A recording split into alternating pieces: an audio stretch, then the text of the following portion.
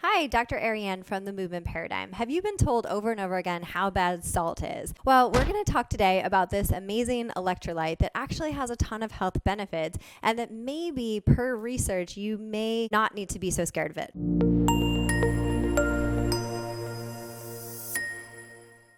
So what is sodium? Sodium is an essential electrolyte that is very important for human nutrition. About 60 to 70% of our sodium is found in extracellular fluid, about 30 to 40% is found in the surface of bone, and then about 10% can be found in the muscle and nerve tissue. Sodium is absorbed in our small intestine and the proximal part of the colon. Salt has so many benefits, so we want to think about salt being a priority in osmotic balance or fluid balance in our body. We want to think about it as crucial for activity. So if we are sweating, if we are in a hot, humid environment and we are sweating out some of our bodily fluids, of course, salts being included, it is an essential electrolyte to maintain and make sure that we are repleting while we're exercising. So in addition to reducing muscle fatigue, it also helps with nerve transmission, which is so critical. So in essence, salt is good for you.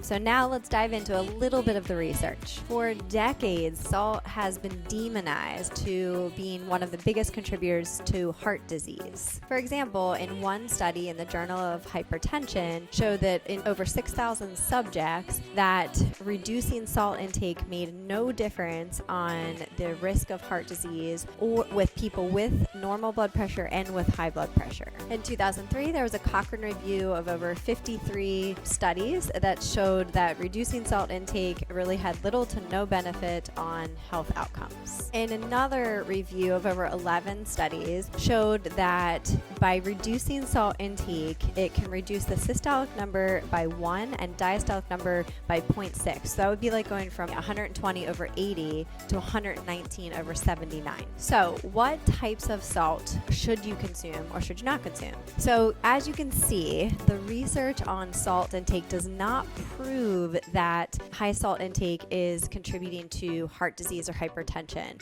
So we really need to shift our focus and really identify more of the root causes of why someone might have those issues, which often may be associated with inflammation or underlying issues, toxins, gut issues, etc., as opposed to blaming salt. So as it relates to what type of salt, so we want to think about a lot of times we're consuming processed foods and packaged foods. Well, all of those, yes, they contain a high amount of salt, and it has been found that there can be microplastics in this form of salt. So what would be the best option is to try to aim for more sea salt.